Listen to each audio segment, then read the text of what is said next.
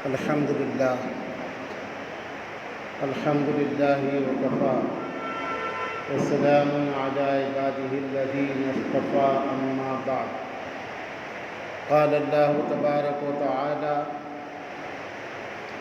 يضل به كثيرا ويهدي به كثيرا وما يضل به إلا الفاسقين الذين ينقضون عهد الله من بعد ميثاقه ويقطعون ما أمر الله به أن يوصل ويفسدون في الأرض أولئك هم الخاسرون. صدق الله العلي العظيم. قال النبي صلى الله عليه وسلم: يرفع بهذا الكتاب أقواما ويضع به آخرين، أو كما قال عليه الصلاة والسلام. محترم بزرگوں اور عزیز دوستوں،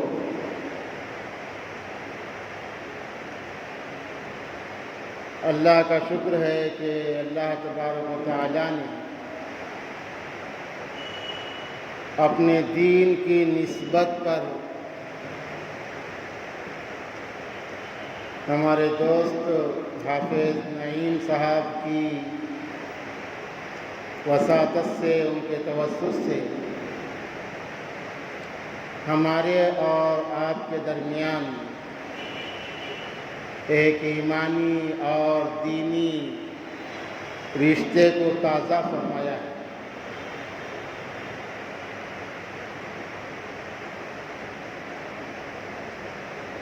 آج مخاطبت کے لیے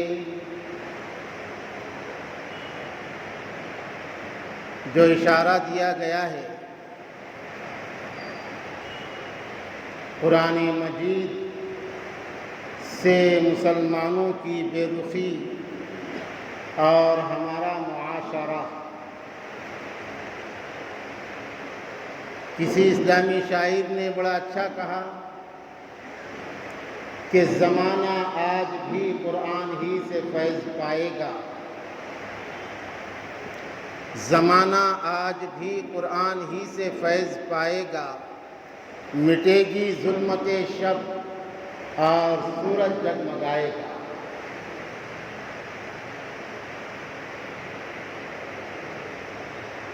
چونکہ امت مسلمہ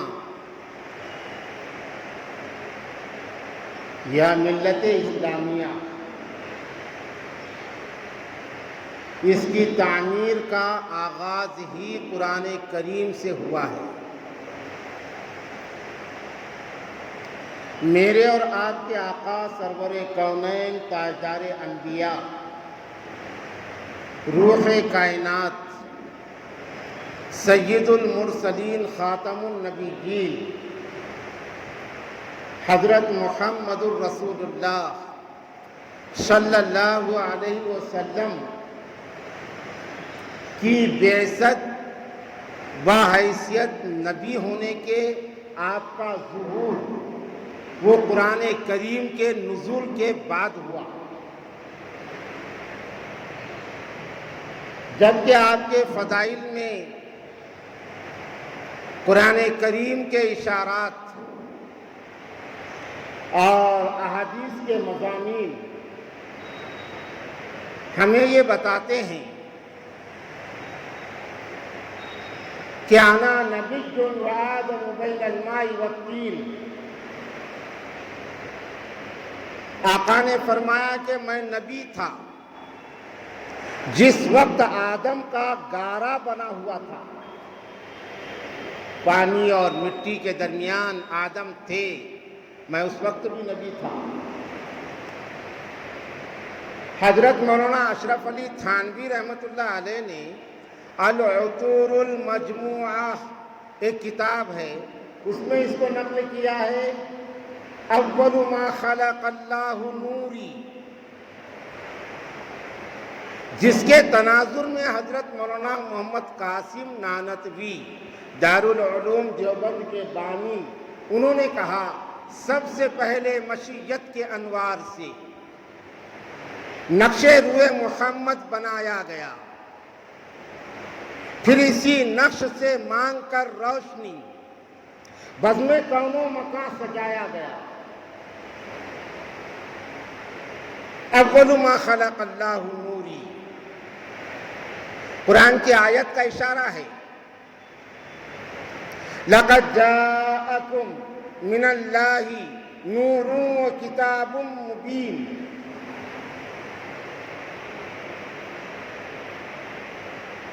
یعنی حضرت تھانوی نے جو نقل کیا ہے اس کا مطلب یہ کہ اللہ نے سب سے پہلے میرے نور کو بنایا ہے۔ حضرت مولانا قاری محمد طیب صاحب رحمہ اللہ، جن کے دارالعلوم کے اہتمام میں ساری دنیا کو فیوزات اور برکات سے نوازا ہے، ان کے افادات اور ان کے ارشادات میں حضرت نے یہ فرمایا کہ تمام انبیاء علیہم السلام، حضرت آدم سے حضرت عیسیٰ علیہ السلام تک، تمام انبیاء علیہم السلام کے علوم اور معارف، حتیٰ کہ تمام انبیاء علیہ السلام کی نبوتیں وہ مستفاد ہیں پیارے آقا حضرت محمد الرسول اللہ صلی اللہ علیہ وسلم کی نبوت سے۔ یعنی آپ کے مقام اور مراتب اور آپ کی فضیلتیں وہ بے شمار ہیں، جو ہمیں یہ بتاتی ہیں کہ اس کائنات کا نقطۂ آغاز وہ حضرت محمد الرسول اللہ صلی اللہ علیہ وسلم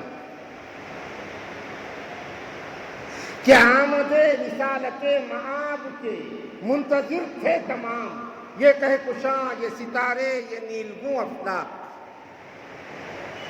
نہ جنت تھی نہ دوزخ تھی، آسمان اور زمین کا تو سوال ہی پیدا نہیں ہوتا، چاند اور ستاروں اور سورج کا تو سوال ہی پیدا نہیں ہوتا۔ اللہ کی ذات تھی، اللہ رب العالمین نے بحیثیت مخلوق عظمت والی مخلوق کے جن کو پیدا کیا ہے اور جن کو بنایا ہے سب سے پہلے وہ حضرت محمد رسول اللہ صلی اللہ علیہ وسلم کی ذات اقدس تھی۔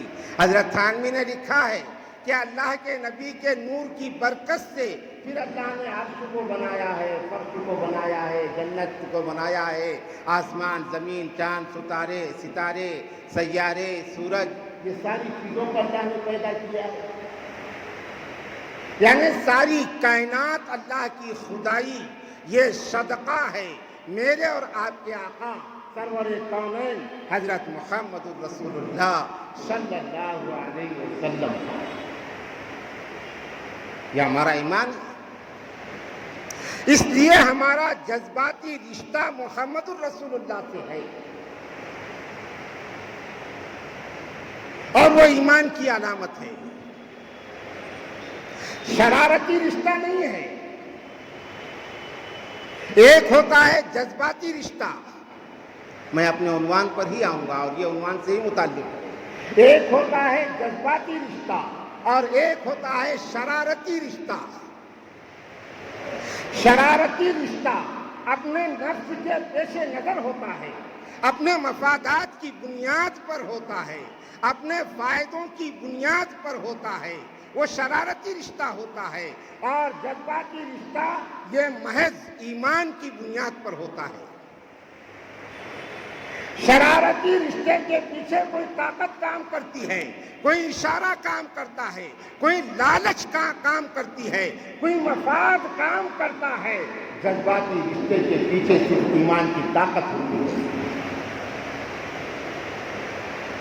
جذباتی رشتہ بتانے کے لیے علم الدین چاہیے، جس نے ایوان کے اندر گستاخ رسول کا سر قلم کر دیا تھا اور اس سے جج نے کہا تھا کہ تم ایک مرتبہ یہ کہہ دو کہ میں نے جب یہ کام کیا ہے اس وقت میرا دماغی توازن برابر نہیں تھا. ایک مرتبہ کہہ دو، وکیل نے کہا، تو تمہارا کیس لڑنے میں مجھے آسانی ہو جائے گی. علم الدین نے کہا تھا کہ اللہ کی قسم، جس وقت میں نے گستاخ رسول کا سر قلم کیا ہے اسی وقت میں سب سے زیادہ ہوش میں تھا. یہ ہوتا ہے جذباتی رشتہ. اور شرارتی رشتہ محمد الرسول اللہ کی شریعت کو کھندل کر محمد الرسول اللہ کی ظاہری عظمت کا نعرہ لگانا،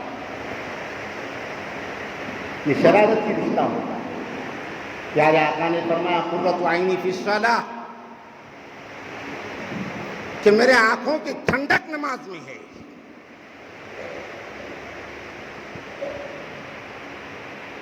اللہ نے آقا سے کہا وَأْمُرْ أَهْلَكَ بِالصَّلَاةِ وَاصْطَبِرْ عَلَيْهَا لَا نَسْأَلُكَ رِزْقًا نَحْنُ نَرْزُقُكَ وَالْعَاقِبَةُ لِلتَّقْوَىٰ. یہ ہے قرآن.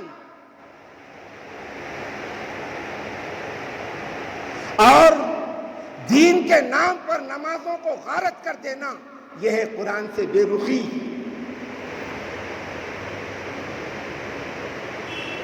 اور محض زبانی گلباریوں سے اپنے آپ کو مسلمان سمجھنا، یہ ہے ہمارا معاشرہ. وائے ناکامی متائے کارواں جاتا رہا. کہاں ہیں ہم کہاں ہیں؟ قرآن کریم میں اللہ تبارک و تعالیٰ نے میدان جنگ میں نماز پڑھنے کا پورا تفصیلی طریقہ بتایا ہے. تفصیلی طریقہ یعنی گویا جنگ کے میدان میں جب ظالموں سے جنگ ہو رہی ہے، انسانیت کے دشمنوں سے جب آپ پر سرے پیکار ہیں، تلواروں کی جھنکاروں کے سائے میں نماز چھوڑنے کی گنجائش نہیں ہے. یہاں کیا کرنے والے تھے تم جو ایک بھی نماز کا خیال نہیں، اور بڑے شان سے کہہ رہے ہیں وہ ہمارا ذاتی مسئلہ ہے. مرنے کا نہیں ہے کیا؟ اتنی ڈھٹائی. پھر رسول اللہ سے محبت کا ہی کی. جب قرآن کی بات کو نہیں مانتا، اللہ کی بات کا تیرے نزدیک کوئی احترام، کوئی عظمت نہیں ہے، اور رسول اللہ کی باتوں کا کوئی خیال نہیں ہے، تو پھر یہ نعرہ رسالت کس بات کا؟ خیال است و محال است و جنون، یہ شرارت ہے. اس کو کہتے ہیں شرارتی رشتہ. اپنے آپ کو لیڈر بتانے کے لیے بینر بنا دینا، عید میلاد النبی، گنبد خضرا کی فوٹو کا بلیک میل کرنا.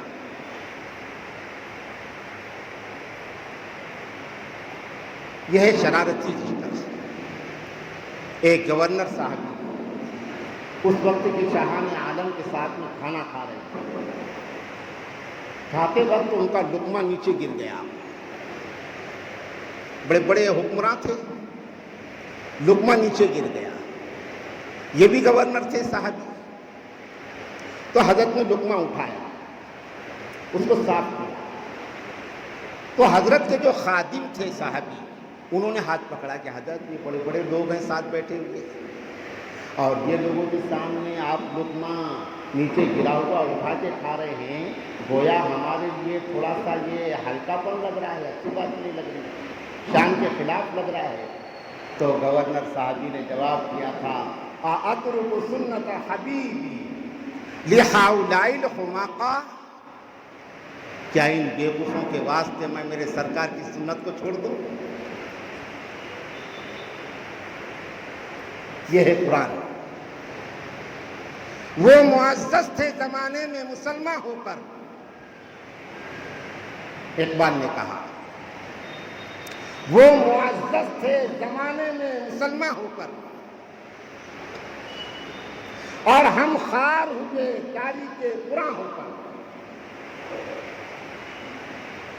یقیناً نسبت مصطفائی بڑی چیز ہے، نسبت مصطفائی بڑی چیز ہے، جس کو نسبت نہیں اس کی بخشش نہیں۔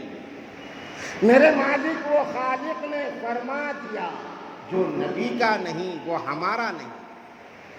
کون نبی کا؟ حضرت علی کے پیر میں پھوڑا آ گیا، ساتھیوں نے کہا کہ آپریشن کرنا ضروری ہے، حضرت علی آپریشن کرنے نہیں دے رہے کہ تکلیف ہو جائیں گی بہت زیادہ۔ تو مشورہ کیا ساتھیوں یہ ایسا آپریشن نہیں کرنے دیں، یہ جب نفل نماز کی نیت باندھیں گے تو حالت نماز میں ہم ان کے پھوڑے کا آپریشن کر دیں گے، نفل نماز۔ اندازہ لگائیے آپ، صحابہ کی نمازوں کا انداز لگائیے، ویسا ہی کیے۔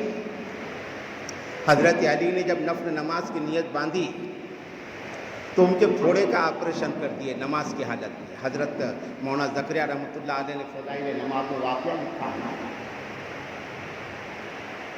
نماز سلام پھیرنے کے بعد حضرت علی رضی اللہ عنہ نے اپنے ساتھیوں کو بیٹھا ہوا دیکھا تو کہا، شاید تم میرے پھوڑے کا آپریشن کرنے آئے ہو، جبکہ آپریشن ہو چکا تھا نماز کی حالت میں، ان کو پتہ بھی نہیں۔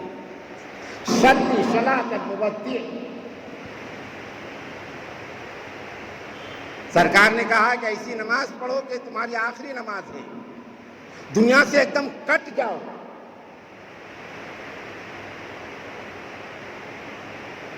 اللہ نے قرآن کریم میں کہا، یا ایھا الذین آمنوا استعینوا بالصبر والصلاۃ، وَإِنَّ کہ مسلمانوں نماز، پہلے کہا صبر، بالصبر، صبر اور نماز سے اللہ کی مدد مانگو۔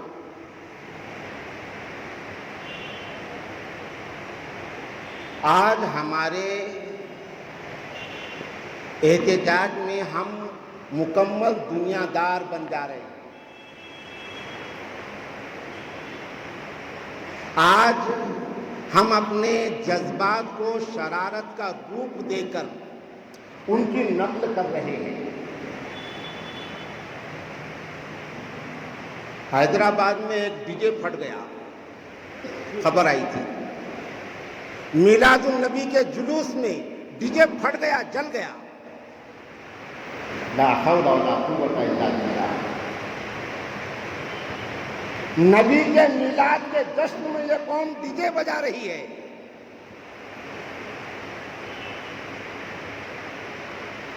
کہاں گئے ہم؟ اور اس کو ہم محبت کا نام دے رہے ہیں۔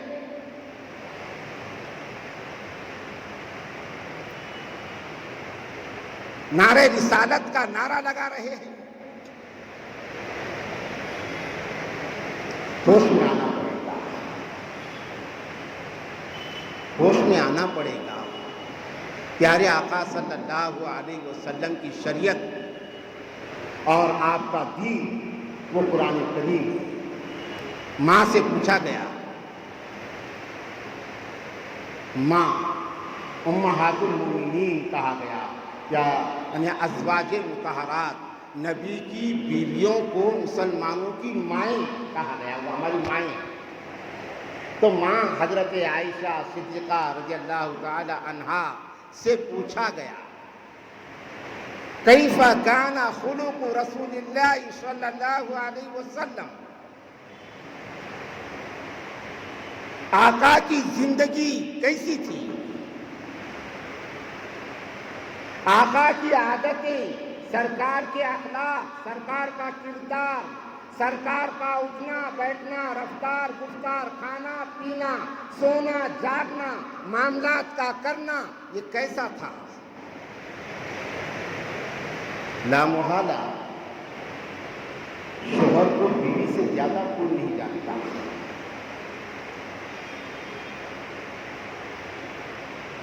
تو حضرت عائشہ صدیقہ رضی اللہ تعالی عنہا نے ایک جملے میں سرکار کی پوری زندگی کو بیان کیا، کان خلقہ سرکار کی زندگی، سرکار کے اخلاق، سرکار کی عادتیں، سرکار کی معاشرت، سرکار کے معاملات، سرکار کی عبادات، کان خلقہ القرآن. سرکار کی زندگی قرآن. یہ کتابی شکل میں ہے، اللہ کا کلام، کلام اللہ. اگر اس کتابی شکل کے کلام کو عبادات کی شکل میں دیکھنا ہے تو رسول اللہ کو دیکھو، معاملات کی شکل میں دیکھنا ہے تو رسول اللہ کو دیکھو، اخلاقیات کی شکل میں دیکھنا ہے تو رسول اللہ کو دیکھو، سیاسیات کی شکل میں دیکھنا ہے تو رسول اللہ کو دیکھو، رفتار اور گفتار کی شکل میں دیکھنا ہے تو رسول اللہ کو دیکھو. اللہ کا نبی، قرآن کا ترجمان، قرآن کریم کی تعلیمات کا پیکر، کان خلقہ القرآن. اور اسی بنیاد پر پیارے آقا صلی اللہ علیہ وسلم نے مسلم معاشرے کی بنیاد رکھی ہے. معاشرہ، اسلام کے جو شعبات ہیں، عبادات، عبادات میں ایک ہے عبادات مقصودہ اور ایک ہے عبادات غیر مقصودہ، فرائض اور نوافل، نماز، روزہ، زکوٰۃ، حج، تلاوت، ذکر، اذکار، اس کو عبادت کہتے ہیں.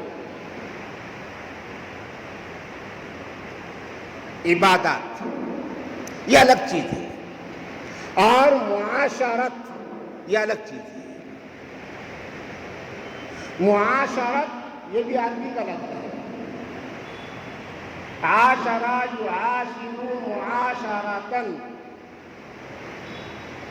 اس کا مطلب ہوتا ہے دو آدمی، دو انسان یا چند انسان مل کر زندگی گزاری، اس کو معاشرت کہتے ہیں. 10 لوگ مل کر شراب پی رہے ہیں، وہ معاشرت ہے. 10 لوگ مل کر ذکر کر رہے ہیں، یہ معاشرت ہے. 10 لوگ مل کر کوئی کاروبار کر رہے ہیں، یہ معاشرت ہے. 10 لوگ مل کر آپس میں کوئی اچھی صلح کر رہے ہیں، یہ معاشرت ہے. تو ایک ہوتا ہے حسن معاشرت اور ایک ہوتا ہے سوء معاشرت، برا معاشرہ اور اچھا معاشرہ. انسانوں کو عبادات پر کھڑا کرنا آسان ہے، بمقابلہ حسن معاشرت کی. انسانوں کے ہاتھوں میں تسبیح کا تھما دینا اچھی بات ہے، لیکن یہ آسان ہے. انسانوں کو ذاکر بنا دینا، ہلکا بٹھا کے ذکر کر دینا بہت اچھی بات ہے، لیکن یہ آسان ہے. لیکن انسان کو دیانتدار بنانا بڑا مشکل ہے. انسان کو وعدہ پورا کرنے والا بنانا یہ بڑا مشکل ہے. انسان سے جھوٹ کو چھڑا دینا اور سچ کو بنا دینا یہ بڑا مشکل ہے. انسان سے غیبت اور چغلی کرنے کی عادت کو ختم کر دینا یہ بڑا مشکل ہے. انسان کو حرام خوری، رشوت، سود اور غصب اس سے ہٹا دینا اور حلال خور بنا دینا یہ بڑا مشکل ہے. کیونکہ ان چیزوں میں اس کے مفادات جڑے ہوئے ہیں.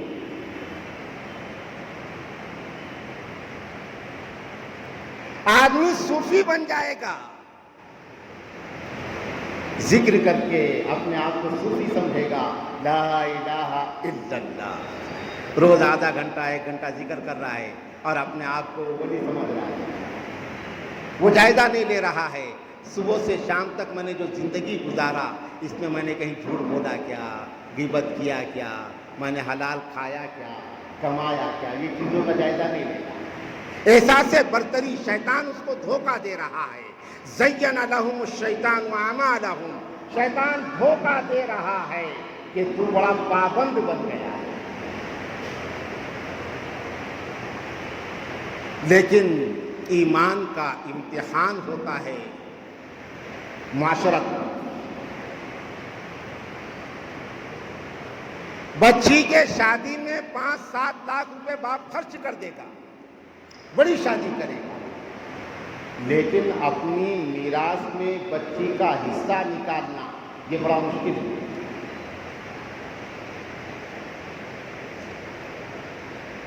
جبکہ بچی بھی بچوں کی طرح برابری اور نا برابری کے کو بالائے طاق رکھیں تو حقدار ہے، بچی کا بھی ایک حصہ ہے باپ کی جائیداد میں۔ مگر ہمارے معاشرے سے وہ تصور ختم ہو گیا۔ ہمارے معاشرے میں صرف اولاد نرینہ یہ حقدار مانی جاتی ہے، اور باپ کے بعد باپ کی پراپرٹی اور جائیداد پر مکمل طور پر متصرف اور قابض اس کی اولاد بن جاتی ہے، اولاد نرینہ، لڑکے، بہنوں کا حق نہیں۔ یہ ہماری معاشرت ہے، جبکہ ان کا بھی حق ہے۔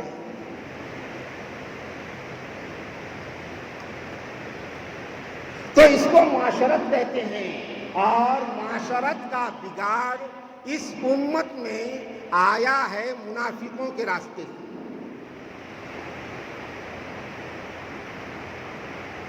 صحابہ کرام وہ تو قرآنی معاشرہ تھا کہ وہ معزز تھے زمانے میں مسلمان ہو کر، ہم خوار ہوئے تاریخ قرآن ہو کر۔ صحابہ قرآنی معاشرہ تھا،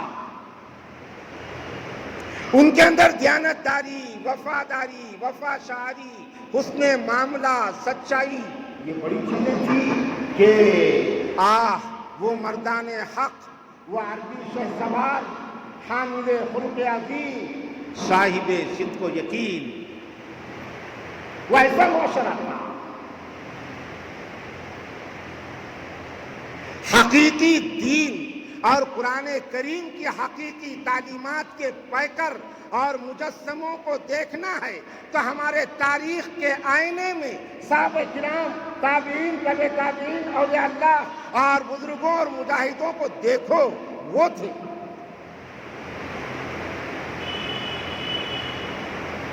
اسلام کے آئینہ دار معمولی آدمی، صحابہ کے حکمرانوں کا تو سوال ہی نہیں۔ وہ ابو بکر، فاروق اعظم، عثمان غنی، حضرت علی مرتضیٰ، دنیا نے چپ اعتراف نہیں کیا تھا، حالانکہ اعتراف کی زبان کی متعصب ہی تھی، لیکن اعتراف کیا تھا کہ عدل اور انصاف کی حکومت کے قیام کے لیے فاروق اعظم اور صدیق اکبر کے نقوش کے سوا ہمارے پاس کوئی چیز نہیں ہے، وہی نقوش لاؤ تو عدل اور انصاف قائم ہوگا۔ کیونکہ یہ معاشرت کو ہماری مان لیا تھا انہوں نے کہ حسن معاشرت یہ اسلام دیتا ہے۔ موہن بھاگوت اور دوسرے ایک چھوٹے سے لیڈر ہے غیر مسلم، نام یاد ہے، لینا نہیں چاہتا، تو انہوں نے بھی کہا تھا کہ عصمت دری کے واقعات پر قدغن لگانا ہے اور عورتوں کی عزتوں کے تحفظ کا سامان کرنا ہے تو اسلام کے قوانین کا نفاذ کرو۔ اسلام نے جو اچھا معاشرہ وجود میں لانے کے لیے قانون بنایا ہے، اسلام ہی اور قرآن ہی ایک اچھا معاشرہ دے سکتا ہے، انہوں نے بھی اعتراف کیا، اس کے بغیر نہیں ہوتا۔ السارق والسارقۃ فاقطعوا ایدیہما، یہ اچھا معاشرہ دینے کے لیے ایک ضابطہ تھا اسلام کا کہ ایک مرتبہ چور کے ہاتھ کٹ گئے اور وہ بازاروں میں پھرے گا تو لوگ دیکھیں گے اس نے چوری کیا تھا، اس کو شرم آئے گی، شرم آئے گی، گھر میں بیٹھ جائے گا۔ اسلام نے کہا کہ ہاتھ کاٹ ڈالو چور کو۔ دو گواہ مل گئے، چوری کیا تھا تو ہاتھ کاٹ ڈالو۔ بڑے گھرانے کی بچی نے چوری کی، بڑے گھرانے کی بچی نے، غلطی ہو گئی، صحابہ کرام بھی پریشان ہو گئے، اب کیا کیا جائے؟ اسلام کا قانون تو یہ ہے۔ صحابہ نے مشورہ کیا کہ حضرت زید رضی اللہ تعالیٰ عنہ، جن کو اللہ کے نبی بہت چاہتے تھے، حب الرسول کہتے تھے ان کو، حضرت زید کو، رسول اللہ کے محبوب اور پیارے، وہ چاہتے تھے، کہا کہ زید، ان کی بات کو اللہ کے نبی رد نہیں کرتے۔ زید تھے یا حضرت اسامہ بن زید تھے؟ کون تھے مفتی صاحب؟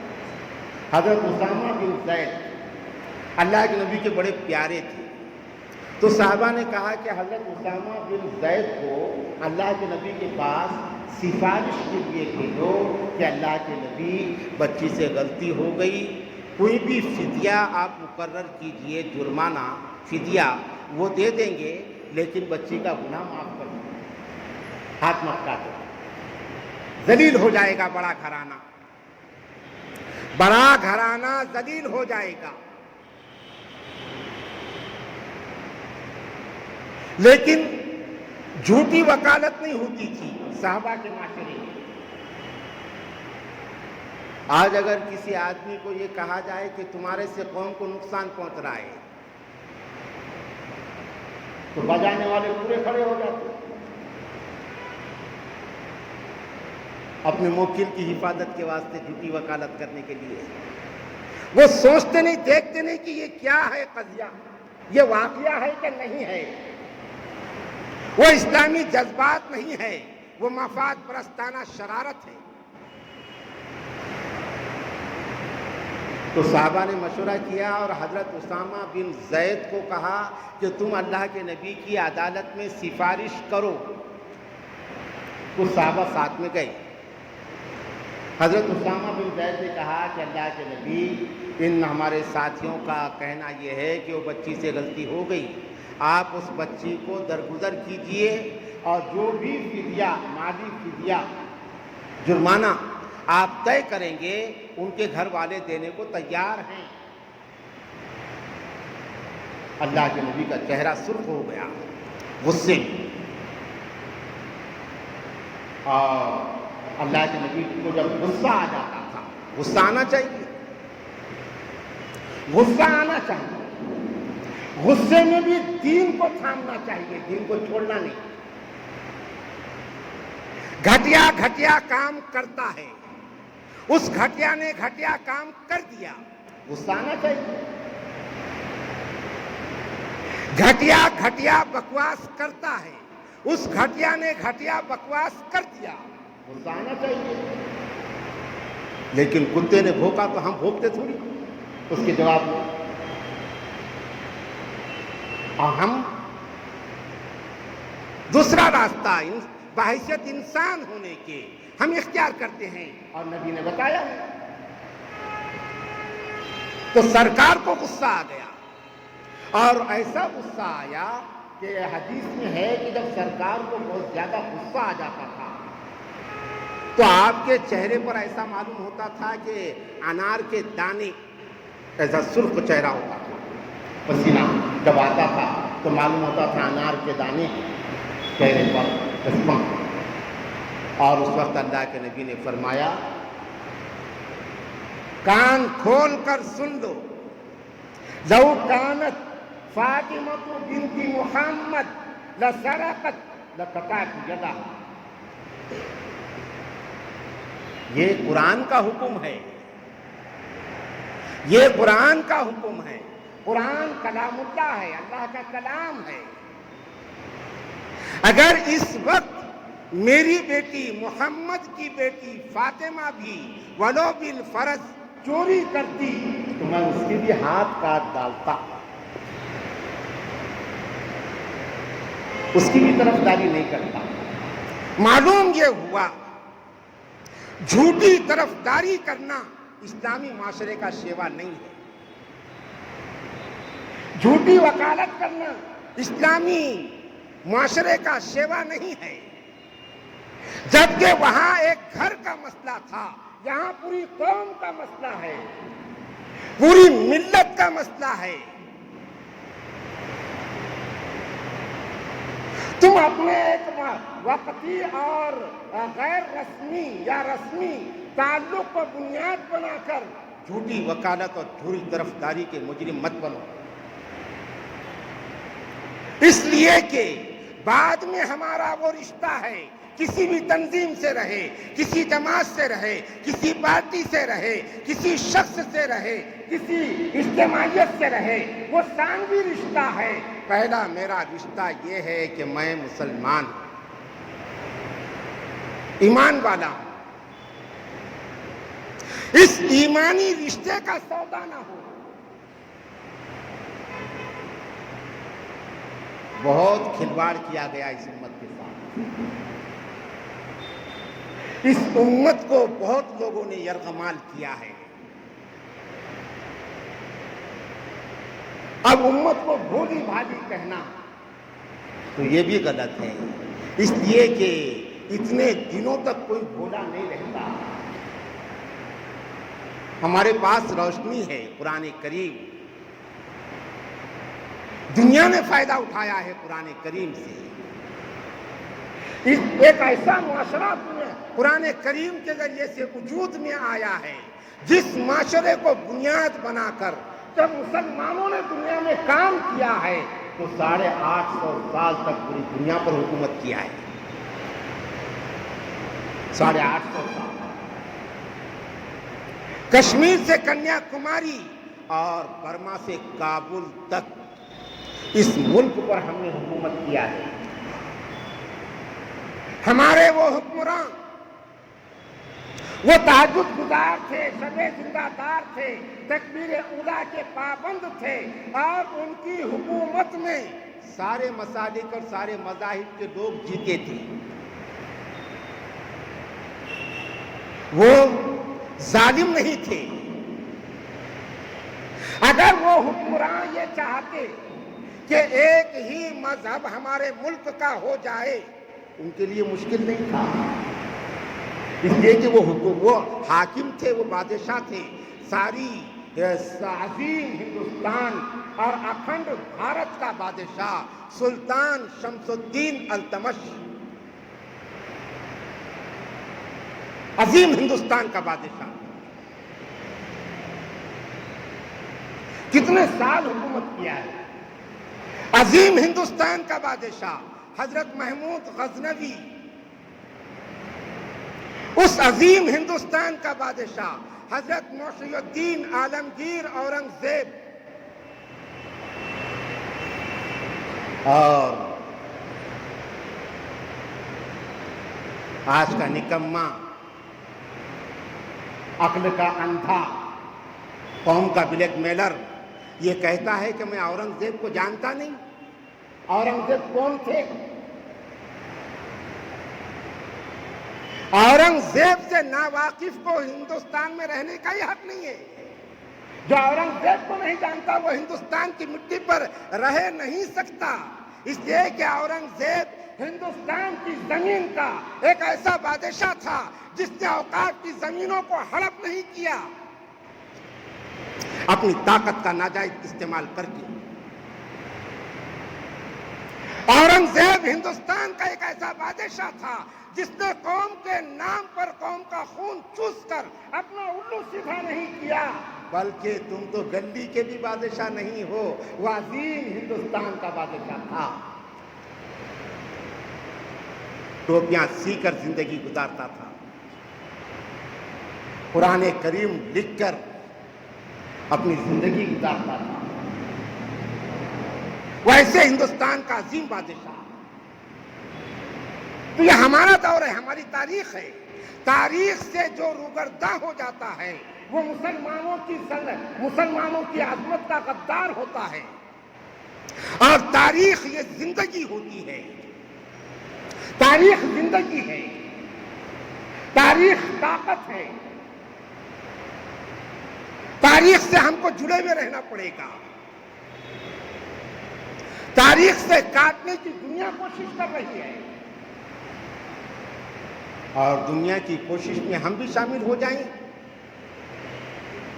یہ جو نصاب بدل دیا گیا، یہ کیا ہے؟ تم کو تمہاری تاریخ سے توڑنے کی سازش ہے. اب اگر ہماری تاریخ کچھ زندہ ہے، بغیر کسی مبالغے کے کہہ رہا ہوں، اگر آپ کو تھوڑی دیر کے لیے اعتراض بھی ہو جائے تو اللہ کے لیے میری بات کو آپ مان لیں کہ آج اگر اس ملک میں ہماری عظمت رفتہ کی تاریخ اگر زندہ ہے تو وہ صرف اور صرف علماء کرام کی برکت سے، علماء کرام کی برکت سے. اس لیے کہ انہوں نے تاریخ کو محفوظ کیا ہے. تاریخ ہے تو دارالعلوم دیوبند کے کتب خانے میں، تاریخ ہے تو ندوۃ العلماء کے کتب خانے میں، تاریخ ہے تو مظاہر علوم کے کتب خانے میں، تاریخ ہے تو ہمارے چھوٹے بڑے مدارس کے کتب خانوں میں، اور تاریخ اگر ہے تو علماء کرام کے دلوں میں اور علماء کرام کی زبانوں پر. تم تو تاریخ سے غداری کر رہے ہو کہ میں نہیں جانتا اورنگزیب کون ہے. رہتی دنیا تک یہ یاد رہے گا کہ حضرت اورنگزیب عالمگیر رحمت اللہ علیہ، اورنگ آباد کس کے نام پہ ہے؟ حضرت اورنگزیب عالمگیر رحمت اللہ علیہ کے نام پر. اس نام کو جب بدلا جا رہا تھا، تمہارے یہ اندھے جذبات کہاں گئے تھے؟ جب تو ایک طاقت تھی، ایک طاقت تھی. تو آج تاریخ سے وابستگی یہ ہماری زندگی ہے. تو پیارے آقا صلی اللہ علیہ وسلم نے فرمایا کہ اگر میری بیٹی فاطمہ ولو بالفرض وہ چوری کرتی تو میں اس کے بھی ہاتھ کاٹ ڈالتا. یہ ہے مسلم معاشرہ. وہ قرآن سے بنتا ہے، وہ قرآن کریم سے تیار ہوتا ہے مسلم معاشرہ. حضرت عمر فاروق رضی اللہ تعالیٰ عنہ کے بچے سے، کسی صحابی سے، وہ ایک واقعہ الگ ہے، یہ دوسرا واقعہ، کسی صحابی سے زنا کا عمل سرزد ہو گیا. زنا ہو گیا، بے چینی ہو گئی، گھبراہٹ ہو گئی. یہاں تو ہضم ہو رہا ہے، کتنا ہضم ہو رہا ہے، اور تنہائی میں کیا کیا ہو رہا ہے، اور ادھر پوتر بنا ہوا ہے. زنا کا عمل سرزد ہو گیا، بے چین ہو گئے. سرکار دو عالم صلی اللہ علیہ وسلم کی خدمت میں آئے اور کہا کہ زنیت یا رسول اللہ، اللہ کے نبی میرے سے زنا ہو گیا. اللہ کے نبی نے ایسا منہ پھیر لیا. پھر ادھر سے سامنے آئے، کہا کہ زنیت یا رسول اللہ، اللہ کے نبی میرے سے زنا ہو گیا. پھر آپ نے منہ پھیر لیا، زنیت یا رسول اللہ. پھر آ کر کہا 3 مرتبہ. اللہ کے نبی نے سنا. آپ نے منہ کیوں پھیرا میں کسی موقع پر بتاؤں گا، وہ تفصیلات ہیں. 3 مرتبہ اللہ کے نبی نے سنا اور حد جاری کرنے کا حکم دے دیا. پہلے تو ان سے حد جاری کرنے کا حکم دے دیا کہ ان کو 80 کوڑے رسید کیے جائیں. یہ ہے مسلم معاشرہ. قرآن الزانی والزانیۃ فاجلدوا کل واحد منہما 100 جلدہ، 100 کوڑے، ان کو 100 کوڑے رسید کر دیے جائیں. یہ ہے قرآن اور یہ ہے معاشرہ.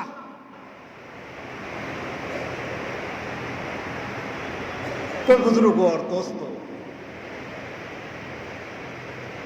آج عالمی سطح پر ہم جہاں کھڑے ہوئے ہیں، اس وقت ہم یرغمال ہو گئے. اور ہم کو یرغمال کرنے والا بہت دور ہے، وہ بہت دور ہے جو کھلم کھلا ہمارے بچوں، معصوم بچوں کے خون سے کھیل رہا ہے، وہی ہم کو یرغمال کرنے والا ہے۔ جو ہمارے جوانوں کی گردنیں اتار رہا ہے، وہی ہم کو یرغمال کرنے والا ہے۔ جو ہماری عورتوں کو کی ناسوں پر کھیل رہا ہے، وہی ہمیں یرغمال کرنے والا ہے۔ اس لیے کہ عالمی سطح پر اسلام اور مسلمانوں کا جو دشمن ہے وہ وہی ہے جس کو قرآن کریم نے واضح کیا ہے کہ یہ عالمی سطح پر مسلمانوں کا دشمن ہے۔